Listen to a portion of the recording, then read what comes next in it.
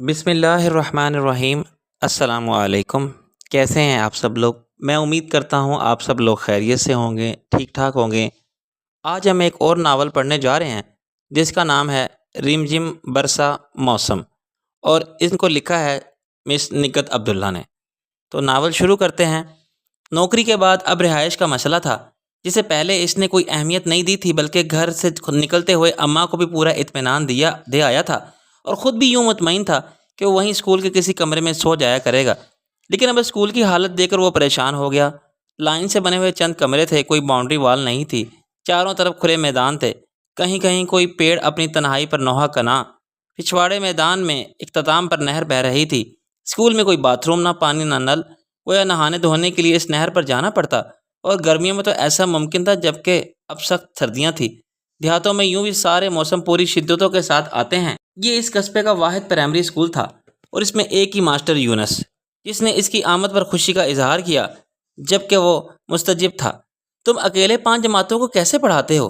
صبح دیکھ لینا، خیر اب تو تم آگے ہو، کوئی مشکل نہیں ہوگی، یونس نے کہا۔ تو وہ اسکول کی عمارت پر نئے سرے سے نظر ڈالنے کے بعد پوچھنے لگا، تم یہیں کے رہنے والے ہو یا کہیں اور سے آئے ہو؟ بہاول نگر سے آیا ہوں۔ اور تم؟ یونس نے بتانے کے ساتھ پوچھا تو اس کے ذہن پر چونکا اپنا مسئلہ سوار تھا، اس لیے جلدی میں اس کا سوال نظر انداز کر دیا۔ یہاں کہاں رہتے ہو؟ چچا کے ہاں۔ اور لگتا ہے تمہارا یہاں کوئی عزیز رشتہ دار نہیں؟ یونس نے اس کے ایک ہاتھ میں بیگ اور دوسرے میں بستر بند دیکھ کر کہا تو وہ مسکرا کر بولا، ٹھیک سمجھے ہو، ارے 4 دن یہاں رہو گے سب رشتہ دار ہو جائیں گے، چاچا، ماما، تایا، پھپھا۔ ویسے تم آ کہاں سے رہے ہو؟ رحیم یار خان سے۔ بلے بھی بلے، وہاں تمہیں نوکری نہیں ملی؟ ملتی تو یہاں آتا، اس نے گہری سانس کھینچتے ہوئے کہا، ساتھ ہی دونوں ہاتھوں سے سامان چھوڑ دیا۔ تب غالباً یونس کو احساس ہوا، فوراً ایک بچے کو پکار کر کہا، اوے سیدھے، ماسٹر جی کے لیے کرسی لے کر آ۔ سلام ماسٹر جی۔ بچے نے کرسی رکھنے کے ساتھ اسے سلام بھی کیا، پھر ماسٹر یونس سے پوچھنے لگا، یہ بھی ہمیں پڑھائیں گے ماسٹر جی؟ صرف پڑھائیں گے نہیں، ڈنڈا بھی چلائیں گے، کیا سمجھے؟ چلو جاؤ اپنی جماعت کو املا کراؤ۔ یونس نے تھپڑ مار کر رشید کو بھگایا، پھر اس نے پوچھنے لگا، چائے وائے پیو گے؟ پہلے میری رہائش کا مسئلہ حل کرو، اس کے بعد چائے کی بات کرنا، اس نے کہا۔ تو یونس نے پہلے ایک لڑکے کو چائے لانے کے لیے بھیجا، پھر اس کے سامنے دوسری کرسی رکھ کر بیٹھتے ہوئے بولا، رہائش کا مسئلہ بڑا گمگیر ہے، چھوٹی جگہ ہے، یہاں زیادہ لوگ ہیں۔ 1 منٹ۔ یونس کچھ یاد آنے پر خاموش ہو کر اسے دیکھنے لگا، پھر قدرے توقف کے بعد کہنے لگا، ہے تو صحیح ایک کمرہ، لیکن تم شاید وہاں رہ نہیں سکو گے۔ کیوں؟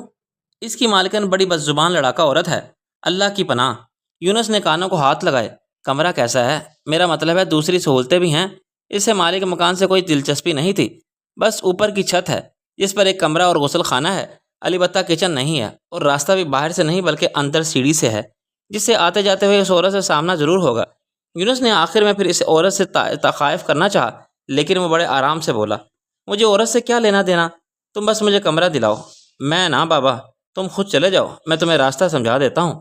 یونس کے اچھلنے پر وہ پہلی بار ٹھٹک کر پوچھنے لگا، کیا بہت خطرناک عورت ہے؟ خطرناک سے بھی خطرناک، اس قصبے کا کوئی مرد اس کے سامنے ٹھہر نہیں سکتا، لوگ اسے دور سے دیکھ کر راستہ بدل جاتے ہیں۔ اکیلی رہتی ہے یا اور بھی کوئی ہے اس کے ساتھ؟ ایک بیٹا ہے، خیر جب تک کوئی دوسرا انتظام نہیں ہوتا تم کسی نہ کسی طرح گزارا کر لو، میرا مطلب ہے اس کے گھر میں۔ یونس نے پہلے ڈرایا تھا، پھر تسلی دینے کے ساتھ اسے راستہ سمجھایا تو اسی وقت اپنا سامان لے کر چل پڑا۔ ایک سیدھی سڑک تھی، اس کے بعد دائیں طرف کچے میں اتر کر دوسری گلی میں چوتھا مکان تھا، جس کے سامنے کھڑے ہو کر اس نے آس پاس کے دوسرے گھروں کو دیکھا تو اور کوئی ایسا گھر نظر نہیں آیا جس کے اوپر کمرہ بنا ہو۔ تب اس نے سامان نیچے رکھ کر دروازے پر دستک دی۔ تیسری دستک پر دروازہ بڑے جارحانہ انداز میں کھلا، اور چوکھٹ میں جو تصویر فٹ ہوئی اسے دیکھ کر چند سیانے کو تو وہ خود تصویر ہو گیا، کیونکہ وہ خطرناک کے ساتھ اس کے تصویر میں بھاری بھرکم بھینس نما عورت تھی، جبکہ دروازے میں انتہائی دلکش خدوخال کی مالک 22-24 سالہ لڑکی نمودار ہوئی تھی۔ اس کے نقوش بھی بڑے دلکش تھے، اس کی بے خودی کا دورانیہ طویل ہو سکتا تھا اگر جو ادھر سے سوال آتا، کیوں جی کون ہو تم، کس سے ملنا ہے آپ؟ وہ چونکا، پھر سنبھلا، وہ میرا مطلب ہے مجھے معلوم ہوا ہے یہاں کوئی کمرہ کرائے کے لیے خالی ہے، کہاں سے آئے ہو؟ سوال کے ساتھ اسے سرتپا دیکھا گیا۔ رحیم یار خان سے۔ یہاں کیا کرنے آئے ہو؟ نوکری، وہ جو اسکول ہے نا وہاں۔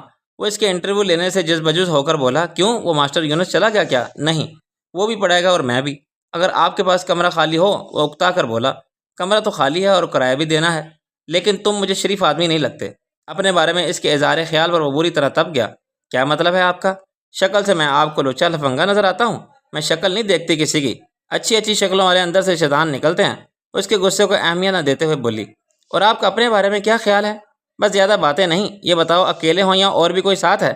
اس کے ٹوکنے پر وہ چڑ کر بولا، اور کوئی نظر آ رہا ہے؟ پھر جھک کر اپنا سامان اٹھاتے ہوئے بولا، لگتا ہے آپ کو کمرہ نہیں دینا، خواہ خواہ میرا بھی وقت ضائع کر رہی ہیں، میرا وقت بھی فالتو نہیں ہے، چلو آؤ۔ اور سامان اٹھا کر سیدھا کھڑا ہوا تھا کہ وہ اسے اندر آنے کا کہہ کر دروازے سے ہٹ گئی تو اس کا دل تو نہیں چاہا اندر جانے کو، لیکن مجبوری تھی۔ کھلے آنگن کے آخری سرے پر زینہ تھا، وہ اس کے پیچھے چلتا وہ اوپر آیا اور کمرے میں داخل ہوتے ہی سامان رکھ کر یوں چارپائی پر بیٹھا جیسے یہ کمرہ ہمیشہ سے اسی کا رہا ہو، جس پر وہ فوراً ٹوکتے ہوئے بولی، پہلے اچھی طرح دیکھ لو اور میری شرطیں بھی سن لو۔ جی، وہ یوں ہی بیٹھے بیٹھے اس کی طرف متوجہ ہو گیا۔ کرایہ 200 روپے لوں گی، جو ہر مہینے کی پہلی تاریخ کو مجھے مل جانا چاہیے۔ دوسرے، یہاں اپنے یار دوستوں کو نہیں بلاؤ گے، اور تمہیں بھی شرافت ہی رہنا ہے، صحن کی دیواریں تمہارے قد سے چھوٹی ہیں، اس لیے صحن میں ٹہلنے کی ضرورت نہیں ہے، کیونکہ آس پاس کے گھروں میں بے پردگی ہوگی۔ اگر کسی نے مجھ سے شکایت کی تو میں اسی وقت تمہارا سامان اٹھا کر باہر پھینک دوں گی۔ وہ بڑے تیکھے انداز میں شرائط بتا رہی تھی۔ آخر میں پوچھنے لگی، اور ہاں، کھانے کے لیے کیا کرو گے؟ کچھ نہیں، وہ بے دھیانی میں بول کر سٹ پٹایا، میرا مطلب ہے یہاں تندور وغیرہ تو ہوگا، وہاں کھا لوں گا، تمہاری مرضی، اور اگر گھر میں کھانا ہو تو اس کے الگ پیسے دے دینا، میں جہاں اپنا پکاتی ہوں اس میں تمہارا بھی شامل کر لوں گی۔ شکریہ، وہ جیب میں سے پیسے نکالتے ہوئے بولا، میں نے آپ کی ساری باتیں سن لی ہیں، انشاءاللہ میری طرف سے آپ کو کوئی شکایت نہیں ہوگی، اور یہ 1 مہینے کا پیشگی کرایہ لے لیجئے۔ جہاں تک کھانے کا سوال ہے تو میں دیکھوں گا، اگر باہر کھانے میں کوئی پرابلم ہوئی تو پھر آپ سے کہہ دوں گا۔ ٹھیک ہے۔ وہ پیسے لے کر دوپٹے کے پلوں میں باندھتے ہوئے چلی گئی تو اس نے گہری سانس کھینچ کر سوچا، اتنی خطرناک تو نہیں ہے، بس بولتی بہت ہے۔ پھر اٹھ کر اس نے اپنا سوٹ کیس ایک کونے میں رکھا، اس کے بعد بستر بند کھول کر چارپائی پر بستر لگا دیا اور کچھ دیر کمر سیدھی کرنے کے غرض سے لیٹا تھا کہ نیند آ گئی۔ غالباً سفر کی تھکان تھی جو پوری دوپہر وہ بے خبر سوتا رہا تھا۔ سردیوں کے چھوٹے دن تھے، سپہر پر بھی شام کا گنگان ہو رہا تھا۔ وہ اٹھ کر بیٹھا تو کچھ دیر تک سمجھ نہیں آیا کہ وہ کہاں ہے، پھر دھیرے دھیرے ذہن بیدار ہوا تو پہلے سے اس لڑکے کا خیال آیا، پھر اس کی ہدایت، مگر کمرے سے نکلتے ہوئے اس نے خود کو اتنا جھکا لیا کہ دیواریں اس سے اونچی ہو گئیں۔ باتھ روم میں کوئی نل وغیرہ نہیں تھا، البتہ بالٹی پانی سے بھری ہوئی تھی، لیکن سردی کے باعث پانی اتنا ٹھنڈا ہو رہا تھا کہ وہ مشکل منہ پر 2 چھینٹے مار سکا اور پھر اندر آ کر تولیے سے منہ صاف کیا۔ پھر بالوں میں کنگھی کر کے نیچے آتے ہوئے اس نے قصدن کھانس کر ایک طرح سے گھر والی کو خبردار کیا کہ وہ باہر جا رہا ہے، اور یوں ہی سر جھکائے صحن پار کر کے باہر نکل آیا۔ گلی میں بچے سردی سے بے نیاز کھیلنے میں مصروف تھے۔ وہ ایک بچے سے تندور کا پوچھ کر اسی طرف چل پڑا۔ بھوک بہت لگ رہی تھی اور تندور والی ابھی تندور گرم کر رہی تھی۔ وہ خاصا مایوس سا ہو کر ادھر ادھر دیکھنے لگا۔ باؤ، بس تھوڑا دیر، تندور والی نے کہا تو وہ وہیں پیچھے ٹاٹ پر بیٹھ گیا۔ پھر وقفے سے اور لوگ بھی آگے تو جگہ تنگ پڑنے لگی، لیکن دل بڑے تھے۔ جب ہی باہر ہر آنے والے کے لیے جگہ آپ ہی آپ نکلتی گئی۔ کتھوں آئے باؤ جی؟ کسی نے اسے مخاطب کیا تو سب اس کی طرف متوجہ ہو گئے، اور جب اس نے بتایا کہ یہاں کے اسکول میں اس کا تقرر اور کل سے وہ بچوں کو پڑھائے گا تو سب کی نظروں میں ایک دم سے معتبر ہو گیا۔ ماسٹر جی ہونے لگا، اور ہمارے لائق کوئی خدمت ہو وغیرہ وغیرہ۔ اس نے سب کا شکریہ ادا کیا۔ رہو گے کتنے ماسٹر جی؟ رہو گے کہاں؟ ایک نے پوچھا تو اس کے جواب دینے سے پہلے دوسرا بول پڑا، میرا گھر حاضر ہے ماسٹر جی، بہت شکریہ لالا جی، میری رہائش کا بندوبست ہو گیا ہے۔ اس نے بتایا تو ایک بڑے میاں نے فوراً پوچھا، کتھاں، کہاں؟ وہ نام وغیرہ نہیں جانتا تھا، اس لیے گلی کی طرف اشارہ کر کے بتایا، اچھا، حوالدارنی کے کوٹھے پر۔ ایک نے سمجھ کر کہا تو اس نے یوں ہی سر ہلا دیا، جبکہ اندر ہی اندر وہ اس لڑکی کو حوالدارنی کہنے پر محظوظ ہو رہا تھا۔ اب پتہ نہیں وہ واقعی حوالدارنی تھی یا لوگوں نے اس کا نام رکھ کر چھوڑا تھا۔ پھر کھانے کے بعد چائے پینے تک وہ ان سب لوگوں کے ساتھ خاصا بے تکلف ہو چکا تھا۔ یونس نے ٹھیک کہا تھا کہ یہاں سب رشتہ دار مل جائیں گے، چاچا بھی، ماما، تایا۔ اتنی سی دیر میں وہ اپنے ہم عمر نوجوانوں کی دیکھا دیکھی کسی کو چاچا اور کسی کو ماما کہنے لگا تھا۔ پھر ان سب سے رخصت ہو کر وہ گھر کی طرف چلا تو اندھیرا پھیلنے کے ساتھ سردی کی شدت میں بھی اضافہ ہو گیا تھا۔ آگے گھر کا دروازہ پورا کھلا تھا، اس کے باوجود اس نے دستک دینی ضروری سمجھی تو کمرے میں سے پوچھا، کون ہے؟ میں ہوں، شجاعت، ماسٹر شجاعت۔ اس نے بتایا، آؤ ادھر سے آؤ، جواب آیا، چلے جاؤ۔ جی، وہ پریشان ہو گیا، اوپر چلے جاؤ اور دروازہ بند کر کے جانا۔ جی اچھا۔ اس نے شکریہ ادا کیا اور اندر آ کر دروازہ بند کر کے زینے کی طرف دوڑ لگا دی، اور ابھی پہلی سیڑھی پر قدم رکھا تھا کہ وہ کمرے کے دروازے میں نمودار ہو کر بولی، سنو جی۔ اس نے رک کر دیکھا تھا کہ ٹھٹک گیا۔ صبح بھی وہ دروازے کے فریم میں ایسے ہی دی تھی اور ابھی بھی ویسے ہی، جیسے کہ ماہر سنگ تراش کا خوبصورت مجسمہ۔ یہ چابیاں رکھ لو، میں دن بھر گھر پر نہیں ہوتی، تم تالا کھول کر آ جا سکتے ہو۔ وہ دروازے کے فریم سے نکلنے لگی تھی، لیکن اس سے پہلے وہ اس تک پہنچ گیا تبھی اندر سے بچے کی آواز آئی، اماں روٹی لا رہی ہوں۔ اس نے پیچھے گردن موڑ کر بچے کا جواب دیا، پھر سے چابیاں تھما کر غالباً اپنے کچن کی طرف چلی گئی۔ تو اس نے بلا ارادہ کمرے میں جھانک کر بچے کو دیکھنا چاہا لیکن لحاف میں ہونے کے باوجود وہ نظر نہیں آیا۔ تب وہ سابقہ انداز میں بھاگ کر سیڑھیاں پھلانگ آیا۔ صبح اسکول 9 بجے تھا اور بہت دور بھی نہیں تھا۔ جب بھی اسے جلدی اٹھنے کی فکر نہیں تھی بلکہ اطمینان تھا، اور وہ سوچ کر سویا تھا کہ 8 بجے آرام سے اٹھے گا، پھر راستے میں کہیں ناشتہ کرتے ہوئے اسکول جائے گا۔ وہ اپنے وقت پر ہی اٹھا، منہ ہاتھ دھونے باتھ روم میں آیا تو بالٹی میں وہی کل والا پانی۔ اسے یہ دیکھ کر جھرجھری آئی۔ ٹھنڈے یخ پانی پر ہلکی سی برف کی تہہ صاف نظر آ رہی تھی۔ اس نے سارا پانی گرا دیا، پھر بالٹی لے کر نیچے آ رہا تھا کہ شوق کی آواز پر وہ وہیں زینے پر رک کر دیکھنے لگا۔ باہر کا دروازہ پورا کھلا ہوا تھا اور اس سے ذرا آگے حوالدارنی پورا گلا پھاڑ کر جانے کس پر چلا رہی تھی۔ اف! اس نے ایک دم بالٹی چھوڑ کر اپنے دونوں کانوں میں انگلیاں ٹھونس لی۔ اس کے باوجود اس کی آواز اتنی بلند تھی، اور مسئلہ آواز کا نہیں تھا، اس کے خوبصورت تراشیدہ ہونٹوں سے جو گالیاں نکل رہی تھی وہ اس سے پانی پانی کیسے کیے ہو جا رہا تھا۔ وہ جانے اس کا خیال تھا کہ اس کے نشانے پر تھا، اور تیری تو ماں بہن فلاں اور فلاں سارے خاندان کو لپیٹ رہی تھی۔ میری بہن، میری دھی، بس کر۔ کسی مرد نے اسے ٹھنڈا کرنا چاہا تو اس کی طرف پلٹ کر چیخی، سمجھا کے رکھ چاچا اس کو، آئندہ اس گلی میں نظر آیا تو ٹانگیں توڑ دوں گی اس کی۔ بڑا آیا مجھ پر ٹچکریاں مارنے والا۔ پہلے جا کر اپنی ماں کو دیکھ، وہ جو۔ بس پتر بس، میں سمجھا سا ایک ہو، سمجھاؤ گا اسے، چل تو اندر جا، شاباش۔ بڑا میاں نے بڑی مشکل سے اسے اندر بھیج کر دروازہ بند کیا تو جو کانوں میں انگلیاں دیے ہوئے کھڑا تھا، اس کے دیکھنے پر گھبرا کر دونوں ہاتھ نیچے کیے، پھر بالٹی اٹھا کر واپس اوپر جانے لگا۔ وہ پکار کر بولی، اے پانی لے لو۔ وہ سر جھکا کر نیچے اترا اور بالٹی رکھ کر ہینڈ پمپ چلانے لگا۔ بظاہر اس کی نظریں پانی کی موٹی دھار پر تھیں، لیکن دھیان ادھر ادھر جہاں جہاں وہ آ جا رہی تھی۔ صحن میں بندے تار پر کپڑے لٹکاتی، برآمدے میں رکھی چیزیں سمیٹتی، پھر اندر کمرے میں جاتی، اور ابھی اس کے کام ختم نہیں ہوئے تھے کہ وہ بالٹی لے کر اوپر آ گیا، پھر جلدی جلدی تیار ہو کر اس سے پہلے ہی گھر سے نکل آیا۔ وہ جب اسکول پہنچا، یونس موجود تھا، لڑکوں سے دھوپ میں ٹاٹ بچھوا رہا تھا۔ اس نے قریب جا کر سلام کرنے کے ساتھ ہی شکوہ کیا، کہاں پھنسا دیا یار، کیا ہوا؟ یونس ہنسا، عجیب پاگل عورت ہے، صبح صبح جانے کس سے لڑ رہی تھی۔ اس نے ابھی اس قدر کہا تھا کہ یونس بول پڑا، بس میں سمجھ گیا ہوں، اور یہی میں کل تمہیں بتانا چاہتا تھا کہ وہ کسی کا لحاظ نہیں کرتی، بس تم ذرا سنبھل کے رہنا۔ میرا مطلب ہے اس کی کسی بات میں دخل نہیں دینا، مجھے کیا ضرورت ہے؟ کبھی کبھی بلا ضرورت بھی آدمی بہت کچھ کر جاتا ہے، اور اس کے ساتھ اگر نیکی کرنے کا خیال بھی تمہارے دل میں آئے تو فوراً نکال دینا، سمجھے؟ آخر میں یونس نے اس کے کندھے پر ہاتھ مارا تو اس نے ذرا سا اس بات میں سر ہلایا، پھر لڑکوں کو دیکھنے لگا جو ٹاٹ بچھا رہے تھے۔ یہاں پہلی جماعت کے بچے بیٹھیں گے، یہاں پر دوسری جماعت کے، یہاں تیسری، یہاں چوتھی، اور یہاں پانچویں۔ یونس اپنے آپ اسے بتانے لگا، کوئی مشکل نہیں ہوتی، جب میں ایک جماعت کو پڑھاتا ہوں تو دوسری جماعتوں میں مانیٹر کھڑے کر دیتا ہوں۔ تم نے اس سے پہلے کہیں نہیں پڑھایا؟ نہیں، میری یہ فریش جاب ہے، علی بتر ٹیوشن پڑھاتا رہا ہوں۔ کہیں اور بھی اپلائی کیا تھا تم نے؟ میرا مطلب ہے کسی اور فیلڈ میں؟ نہیں، مجھے شروع سے پڑھنے پڑھانے کا شوق رہا ہے۔ میرے والد صاحب ایک ذمہ دار کے ہاں ڈرائیور ہیں، انہیں بہت شوق تھا کہ میں پڑھ لکھ کر بڑا آدمی بنوں، اور بہت سے لوگوں کی طرح وہ بھی غالباً بڑا آدمی اسے سمجھتے ہیں، جس کے پاس وہ بہت پیسہ ہو۔ جب ہی وہ میری اس نوکری سے خوش نہیں ہیں، وہ چاہتے ہیں کہ میں کراچی چلا جاؤں اور وہاں کسی انگلش فرم میں ٹرائی کروں، لیکن میں نے ان کی بات نہیں مانی، کیونکہ مجھے سچ مچ بڑا آدمی بننا ہے، اور بڑا وہ نہیں ہوتا جس کے پاس بہت پیسہ ہو، اس سے زیادہ بڑائی اپنی ذات سے کسی کو فائدہ پہنچانے میں ہے۔ وہ سنجیدگی سے بول رہا تھا کہ گھنٹے کی آواز پر بھی اس کا تسلسل ٹوٹ گیا۔ پھر کلاسیں شروع ہوئیں تو وقت گزرنے کا پتہ ہی نہیں چلا۔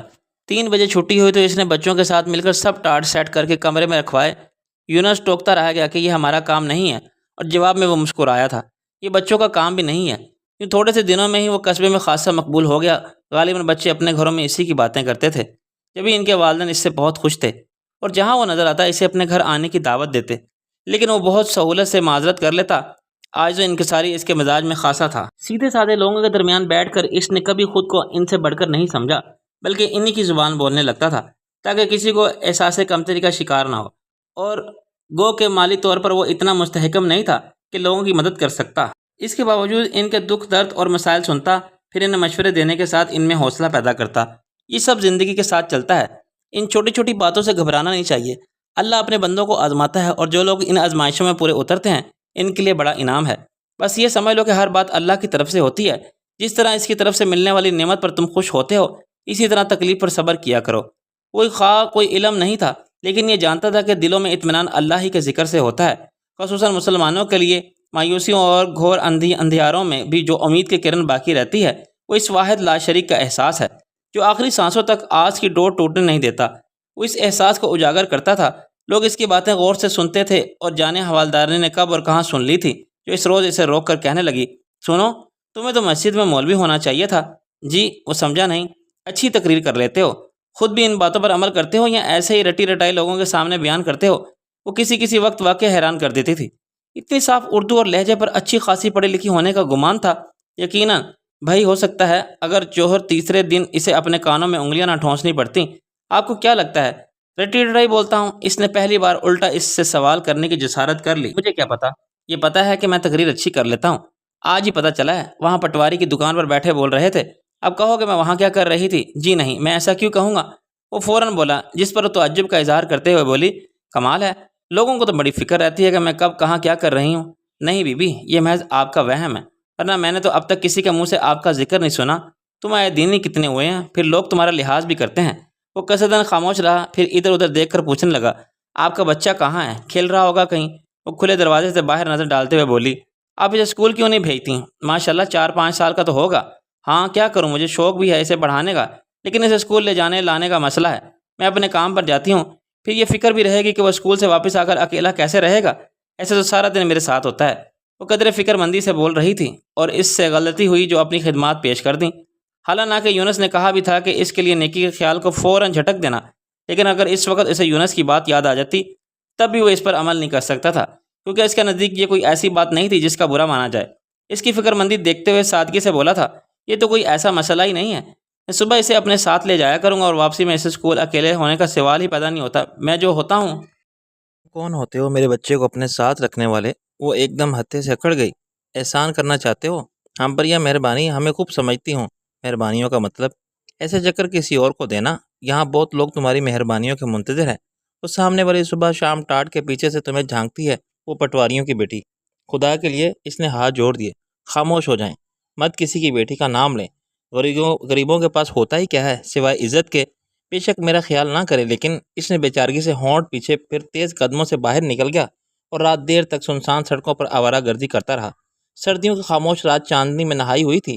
چلتے چلتے یہاں بھٹکتے بھٹکتے تھک گیا تھا، پھر بھی گھر جانے کو اس کا دل نہیں چاہا، لیکن کیا کرتا اور کہاں جاتا؟ سردی کے باعث ٹانگیں بھی جواب دے رہی تھیں، تب ناچار اسے گلی میں آنا پڑا، اور اس وقت اس کا دستک دینے کا کوئی ارادہ نہیں تھا۔ خیال تھا بہت خاموشی سے اوپر چلا جائے گا، لیکن آگے دروازہ بند دے کر اسے اپنے آپ پر غصہ آنے لگا کہ اتنی دیر تک باہر رہنے کی کیا ضرورت تھی۔ اب پتہ نہیں وہ دروازہ کھولے گی بھی کہ نہیں۔ کچھ دیر سوچنے کے بعد اس نے بہت آہستہ سے دروازہ کھٹکھٹایا کہ اگر وہ جاگ رہی ہو تو سن لے، دوسری صورت میں اس کی نیند میں خلل نہ ہو، اور وہ جیسے انتظار میں تھی۔ بے دھڑک دروازہ کھول کر کھڑی ہوئی تو وہ نظریں چرا کے بولا، معاف کیجیے گا، میں ذرا دور نکل گیا تھا، اس لیے آنے میں دیر ہو گئی۔ وہ کچھ نہیں بولی۔ ایک طرف ہٹ کر اسے راستہ دیا تو وہ سر جھکا کر اندر آ گیا، اور بس ایک لحاظ کو رکھ کر اپنے پیچھے دروازہ بند ہونے کی آواز سنی، پھر زینے کی طرف بڑھ رہا تھا کہ اس نے پکار لیا، سنو، میں نے تمہارے لیے کھانا رکھا ہے، کھا لو۔ شکریہ، میں نے جھوٹ بولنے کی ضرورت نہیں ہے، وہ فوراً ٹوک کر بولی، مجھے پتہ ہے تم نے کھانا نہیں کھایا۔ شام میں کتنے لوگ تمہارا پوچھنے آئے ہیں جن کے ساتھ تندور پر بیٹھ کر تم کھانا کھاتے ہو، ایک یہی تندور تو نہیں ہے؟ میں آگے چلا گیا تھا، چلو میں چائے بنا دیتی ہوں، سردی سے آ رہے ہو؟ نہیں، اس بار اس نے ٹوک دیا، پھر اچانک اس کی طرف پلٹ کر بولا، اس مہربانی کا مطلب پوچھ سکتا ہوں؟ ہاں، میں نہیں چاہتی کہ تم بیمار پڑو، کیونکہ یہاں تمہاری دیکھ بھال کرنے والا کوئی نہیں ہے۔ وہ بڑے آرام سے جواب دے کر اپنے کمرے میں چلی گئی تو وہ سر جھٹک کر اوپر آ گیا۔ صبح تک واقعی اس کا جوڑ جوڑ درد کر رہا تھا، بخار الگ، اور ظاہر ہے یہ سردی میں پھرنے کا نتیجہ تھا۔ وہ کتنی دیر تک خود کو سہارا دینے کی کوشش کرتا رہا کہ کسی طرح باہر جا کر چائے پینے کے ساتھ دوا دارو کا انتظام بھی کر سکے، لیکن بہت کوشش کے باوجود وہ اٹھ نہیں سکتا تھا، تو اپنی بے بسی پر کڑھنے لگا۔ ٹھیک تو کہہ رہی تھی کہ وہ یہاں اس کا کوئی پرسحال نہیں ہے، وہ خود اسے بھی توفیق نہیں ہوئی تھی، کم از کم آ کر پوچھ ہی لیتی کہ وہ جس صبح پانی کی بالٹی لے کر اترتا ہے آج کیا ہوا۔ 9 بجے تک وہ لاشعوری طور پر اس کا انتظار کرتا رہا، اس کے بعد مایوس ہو گیا۔ پھر جب دھوپ دیواروں سے نیچے اتر آئی تب وہ خود کو گھسیٹتے ہوئے دھوپ میں آ کر لیٹ گیا۔ بھوک بھی لگ رہی تھی اور اس سے زیادہ چائے کی طلب تھی۔ بدن کو حرارت ملنے سے جیسے ہی اس نے خود کو بہتر محسوس کیا، اسی وقت باہر جانے کو تیار ہو گیا۔ پھر پہلے اس نے چھپر والے ہوٹل میں بیٹھ کر چائے پی اور ساتھ میں ہلکا سا ناشتہ کیا۔ اس کے بعد قصبے کے واحد ڈسپینسری کا رخ کیا، وہاں سے دوا لے کر نکلا تو زیادہ چلنے کی ہمت نہیں تھی، پھر بھی اپنی ذمہ داری محسوس کرتے ہوئے یونس کو اپنی غیر حاضری کا سبب بتانے اسکول کی طرف چل پڑا۔ نہر کے پل تک آتے آتے اس کی ٹانگیں جواب دے گئیں تو پل سے اترتے ہی وہ ایک کھیت کے اطراف بنی کچی دیوار پر بیٹھ گیا اور یوں ہی بے دھیانی میں سامنے کپاس کے کھیت میں عورتوں کا کپاس چنتے ہوئے دیکھنے لگا۔ کتنی دیر گزر گئی اور جانے اور کتنی دیر اسی طرح بیٹھا رہتا اگر جو حوالدارنی کے بچے کی آواز اسے چکا نہ دیتی۔ وہ اس سے مخاطب نہیں تھا، نہ ہی اس کا سامنے کہیں نظر آ رہا تھا۔ اس نے آواز کی سمت گردن پیچھے موڑ کر دیکھا تو کچھ حیران سا ہو گیا۔ وہ اکیلی لڑکی ہموار زمین میں بڑی مہارت سے بیج بو رہی تھی۔ اس نے اس کے آس پاس دور تک دیکھا، لیکن اس چھوٹے سے کھیت میں ماں بیٹے کے علاوہ اور کوئی نہیں تھا، اور جب یوں ہی بیج بوتی ہوئی وہ دیوار کے قریب آئی تو اسے دیکھ کر پوچھنے لگی، یہاں کیا کر رہے ہو؟ کچھ نہیں، تھک گیا تھا، ذرا سستانے کو بیٹھ گیا۔ تم نے اعتراض ہے تو میں اٹھ جاتا ہوں، کل تک تو ویسے نہیں جانتا تھا، تو وہ آپ تھیں اور اب کھیت میں کام کرنے والی معمولی عورت تم ہو گئی تھی؟ نہیں، جب تک دل چاہے بیٹھوں، وہ کہتی دوسری کیاری میں بیج ڈالنے لگی۔ سنو، قدرے توقف سے پکار کر پوچھنے لگا، تمہارے ساتھ کوئی اور نہیں ہے؟ اور کون؟ وہ ہاتھ روک کر سوالیہ نظروں سے دیکھنے لگی تو وہ کپاس کے کھیت کی طرف اشارہ کرتے ہوئے بولا، وہ سامنے جیسے اتنی ساری عورتیں کام کر رہی ہیں، وہ دوسرے کے کھیت میں کام کر رہی ہیں اور میں اپنے کھیت میں کام کر رہی ہوں، یہ تمہاری زمین ہے؟ وہ حیران ہوا، ہاں، یہ چھوٹی سی اراضی مجھے حکومت نے دی تھی 2 سال پہلے، اپنی گزر اوقات کے لیے اس پر سبزیاں بو دیتی ہوں۔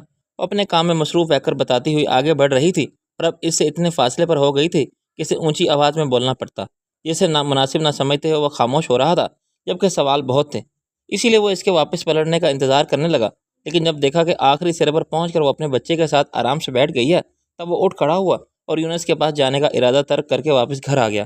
شام تک سارے میں خبر ہو گئی کہ ماسٹر جی بیمار ہیں، اور کچھ لوگ اس کی عیادت کو آئے تو اپنے ساتھ جانے کیا کچھ لے آئے، یعنی کھانا، پھل، دودھ سے بھرا جگ۔ وہ پریشان ہو گیا، لالا جی میں اکیلا آدمی، وہ بھی بیمار، کیا کروں گا اتنے پھل اور خیر ہے ماسٹر جی، کھاؤ پیو، جان بناؤ، اور بھی کسی چیز کی ضرورت ہو تو بتاؤ، حوالدارنی کا ہمیں پتہ ہے، ایک پیالہ چائے بھی نہیں پلائے گی۔ لالا جی ٹھیک کہہ رہے تھے، وہ قصدن اس کے ذکر سے کترا گیا، بڑی مہربانی لالا جی، فی الحال تو اور کوئی ضرورت نہیں۔ پھر رات میں وہ جلدی سو گیا تھا، اس کے باوجود صبح بہت دیر سے اٹھا، غالباً دوا میں شامل نیند کی گولی کا اثر تھا۔ بہرحال وہ کل کی طرح کمرے سے نکل کر دھوپ میں آ بیٹھا اور انتظار کرنے لگا کہ شاید آس پڑوس کا کوئی آدمی اس کے لیے چائے لے آئے، لیکن پھر حوالدارنے کی آواز سن کر وہ مایوس ہو گیا، کیونکہ جب تک وہ گھر میں موجود تھی کسی کا اس طرف آنا مشکل تھا۔ حقیقتاً لوگ اس کے سائے سے بھی ڈرتے تھے، آخر کیا چیز ہے یہ؟ وہ اس کے بارے میں سوچنے لگا، ضرور اس کی پشت پر کسی کا ہاتھ ہے جس پر وہ اتنا اکڑتی ہے، ورنہ ایک اکیلی عورت کیا کر سکتی ہے؟ اے ماسٹر، اس کی تیز آواز پر وہ اچھل گیا اور قدر ناگواری سے دیکھا تو وہ ٹرے اس کے سامنے رکھتے ہوئے بولی، لو ناشتہ کر لو۔ کس نے بھیجا ہے؟ اس نے پوچھا تو وہ چڑ کے بولی، سامنے والی نے۔ کون سامنے والی؟ وہ سچ مچ گھبرا گیا، وہ جو سارا دن ٹاٹ کے ساتھ لگی تمہاری راہ دیکھتی ہے۔ دیکھو، میں مذاق بھی ایسی باتیں پسند نہیں کرتا، اگر تم سچ کہہ رہی ہو تو یہ ٹرے واپس لے جاؤ، اس نے بہت سنجیدگی سے ٹوک کر کہا۔ بس بس، مجھ پر اپنی پارسائی کا روپ جمانے کی ضرورت نہیں ہے، آرام سے ناشتہ کرو۔ اس نے پھر اپنا سوال دہرایا تو وہ چیخ کر بولی، کسی نے نہیں، میں خود لے کر آئی ہوں، بیمار ہو اس لیے، اور اپنے بچے کو بھی اس وقت تمہارے پاس چھوڑ کر جا رہی ہوں، باہر کو کوئی کام ہو تو اس سے کروا لینا۔ اس کے ساتھ ہی اس نے دیوار سے نیچے جھانک کر بچے کو پکارا، اوپر آنے کو کہا، پھر اس کی طرف پلٹ کر بولی، کاکا تمہیں تنگ نہیں کرے گا، جب سونے لگو تو بے شک اسے باہر بھیج دینا۔ اماں، بچے نے اوپر آ کر اسے پکارا تو وہ اس کا ہاتھ پکڑ کر اس کے سامنے بٹھاتے ہوئے بولی، ماسٹر جی بیمار ہیں، ان کا خیال رکھنا، میں کھیت پر جا رہی ہوں۔ وہ بہت حیران ہو کر کبھی اسے اور کبھی بچے کو دیکھ رہا تھا، یعنی اتنا سا بچہ اس کا خیال رکھے گا، اور اس سے پہلے کہ اسے ٹوکتا وہ سیڑھیاں اتر گئی۔ عجیب پاگل عورت ہے، وہ حیرت سے نکل کر بڑبڑایا تھا کہ کاکا فوراً پوچھنے لگا، کس کو کہہ رہے ہو؟ ہائے، تم ابھی یہیں موجود ہو؟ جاؤ اپنی ماں کے پاس۔ نہیں، میں تمہارا خیال رکھوں گا۔ کاکے نے اپنی ماں کی بات بڑی معصومیت سے دہرائی تو وہ بے ساختہ مسکرایا، پھر اس کے سیب جیسے گال پر چٹکی کاٹ کر بولا، چلو ناشتہ کرو، مجھے اماں نے کھلا دیا ہے۔ تمہاری اماں؟ وہ کچھ کہتے کہتے رک گیا، پھر پیالے میں چائے ڈالتے ہوئے پوچھنے لگا، تمہارا ابا کہاں ہے؟ ابا کو پریاں لے گئی۔ کون؟ اس نے شاید ٹھیک سے سنا نہیں تھا۔ پریاں؟ کاکا زور دے کر بولا، اماں کہتی ہیں اوپر آسمان سے پریاں آئی تھی، ابا کو اڑا کر لے گئی۔ اس کے ہونٹ سکڑ گئے، اور کتنی دیر تک وہ اس معصوم بچے کو دیکھتا رہا، پھر چائے پیتے ہوئے اس کی ماں کو سوچنے لگا، یعنی اتنی سی عمر میں وہ بیوہ ہو گئی تھی۔ اس کا دل چاہا وہ کاکے سے پوچھے کہ اس کے باپ کو کیا ہوا تھا، لیکن اس معصوم کو تو یہ بھی نہیں پتہ تھا کہ اس کا باپ مر چکا ہے۔ ماسٹر جی، کاکا اس کا ہاتھ ہلا کر اپنی طرف متوجہ کرنے پوچھا، تم اسکول جاتے ہو؟ ہاں، اور تم کیوں نہیں جاتے؟ میں اماں کے ساتھ جاتا ہوں نا کھیت پر۔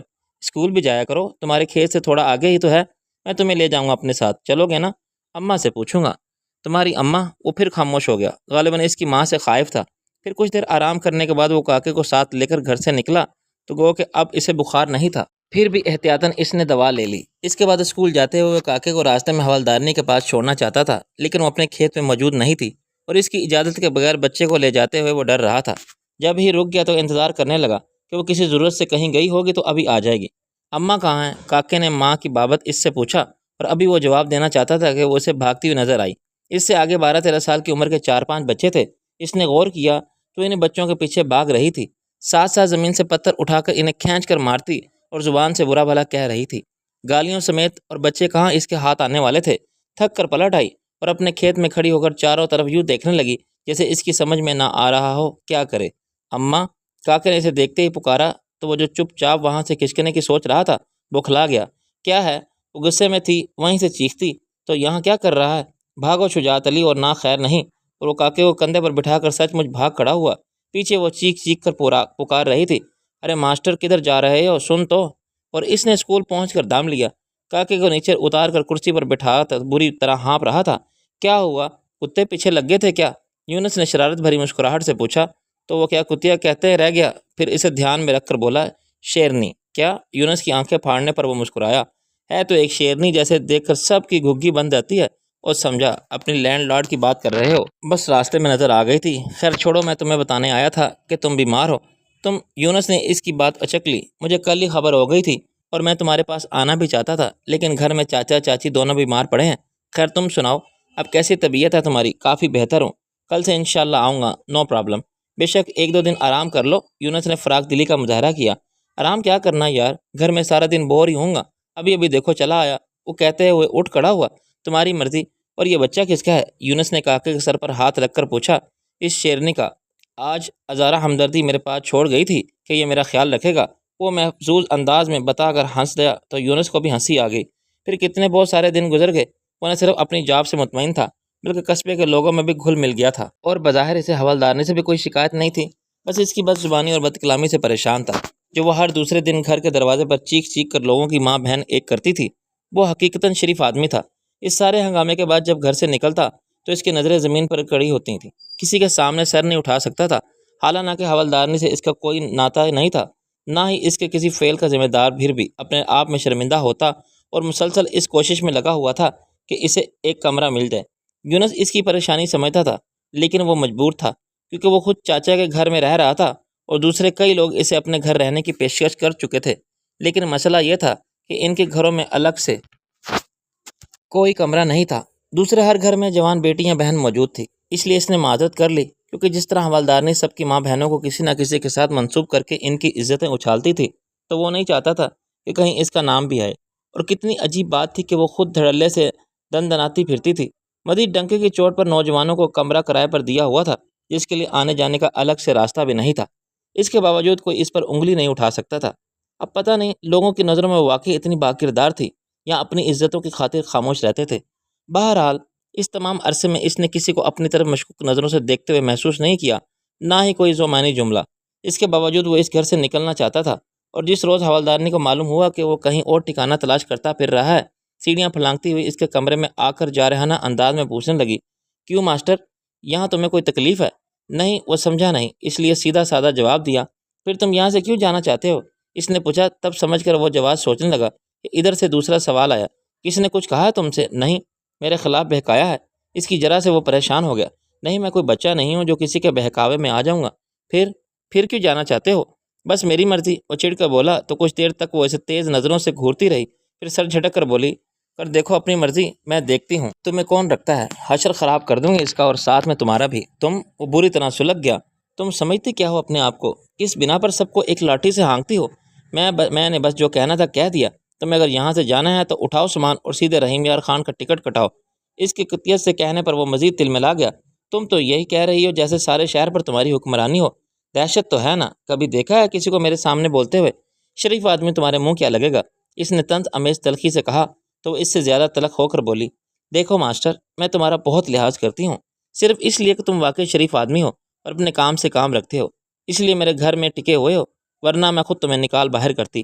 میں تم سے بحث نہیں کرنا چاہتا، بس اتنا سن لو کہ میں جب چاہوں گا یہاں سے چلا جاؤں گا، تم مجھے روکنے کی کوئی حق نہیں رکھتی۔ اس نے اپنی طرف سے جتا کر بات ختم کر دی۔ وہ جاتے جاتے بولی تھی، کہیں اور ٹھکانہ ملے گا تو جاؤ گے نا؟ کچھ دیر تک اس کے پیچھے دیکھتا رہا، پھر جھر چڑک کر سڑک کی طرف کھلنے والی کھڑکی میں آ کھڑا ہوا اور اپنا دھیان ہٹانے کے لیے بچوں کی آنکھ مچولی دیکھنے لگا۔ اسے اپنے چہرے پر جمی نظروں کا احساس ہوا تو اس نے بے اختیار ادھر ادھر دیکھا۔ بھاگتے دوڑتے بچوں کے سوا اور کوئی نہیں تھا، اور بچوں سے بھی کوئی اس کی طرف متوجہ نہیں تھا۔ تب اپنا وہم سمجھتے ہوئے کھڑکی سے ہٹنے لگا تھا کہ سامنے کے دروازے پر پڑے ٹاٹ سے جھانکتے ہوئے ہیولے پر نظر پڑتے ہی اس نے حوالدارنی کی بات یاد آئی۔ وہ سامنے والی جو سارا وقت تمہاری راہ دیکھتی ہے؟ اس نے گھبرا کر جلدی سے کھڑکی بند کر دی اور اپنے آپ پر حیران ہوا کہ اس نے تو کبھی غور نہیں کیا، اور وہ حوالدارنی کو کیسے ہر بات کی خبر رہتی ہے۔ جبکہ وہ سارا دن گھر میں بھی نہیں رہتی۔ جھوٹی ہے حوالدارنی، اسے تو موقع چاہیے دوسروں کو بدنام کرنے کا۔ اب پتہ نہیں سامنے کون ہے، کس کام سے کھڑی ہے، میں نے تو اس سے پہلے کبھی نہیں دیکھا۔ وہ خود کو بہلا رہا تھا لیکن فطری تجسس کو نہیں دبا سکا۔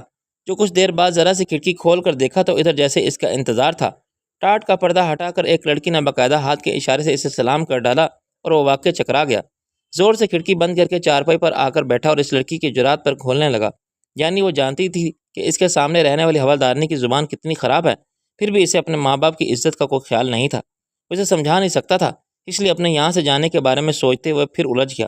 موسم بدل گیا تھا، سردی کے بعد اب بہار پورے جوبن پر تھی، اور وہ جو پہلے اسکول کے وقت گھر سے نکلتا تھا اب صبح صبح چہل قدمی کے لیے نکل آتا اور سورج نکلنے تک سرسبز شاداب کھیتوں کا ایک چکر لگا لیتا۔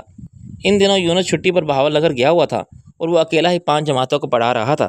سردیوں میں تو واقعی مشکل نہیں ہوتی تھی، لیکن اب دھوپ میں نہیں بیٹھا جا رہا تھا اور ساری جماعتوں کے بچے ایک کمرے میں بھی نہیں سما سکتے تھے، اس لیے اسے مشکل ہو رہی تھی کہ ایک کمرے میں پڑھا رہا ہوں تو دھیان دوسرے کمرے کی طرف ہوتا جہاں بسٹر ماسٹر کے نہ ہونے سے ادھم مچا رہے ہوتے ہیں۔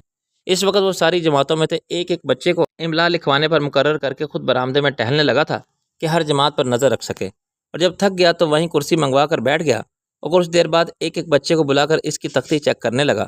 اس کام میں اتنا مصروف تھا کہ کسی کے آنے کا پتہ ہی نہیں چلا۔ جب بہت قریب چوڑیوں کی جھنکار سنائی دی تب اس نے چونک کر سر اٹھایا اور اس سے سامنے والی لڑکی کو دیکھ کر اسے حیرت تو ہوئی لیکن اس پر ظاہر نہیں ہونے دی، اور پہلے قریب کھڑے لڑکے کو تختی تھما کر کمرے میں بھیجا، پھر اس سے مخاطب ہوا، جی بی بی فرمائیے، تجھ سے کدی ملا ہی نہیں سانو۔ ماسٹر جی آپ تو کبھی ملتے ہی نہیں، لڑکی نے لہجہ کر کہا تو وہ بمشکل خود کو سنبھال پایا۔ کیوں، کوئی کام ہے آپ کو؟ نہیں جی۔ پھر میرا مطلب ہے کیوں ملنا چاہتی ہیں آپ مجھ سے؟ اس نے قصدن ناگواری سے پوچھا۔ یہ تو مینوں بھی نہیں پتا، بس دل کردا ہے۔ یہ مجھے بھی نہیں پتا، بس دل چاہتا ہے۔ دیکھو بی بی یہ کوئی اچھی بات نہیں ہے۔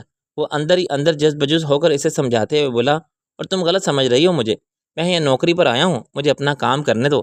میں کی کرا ماسٹر جی، میرا دل۔ وہ حال سنانے جا رہی تھے کہ اس نے ٹوک دیا، 1 منٹ۔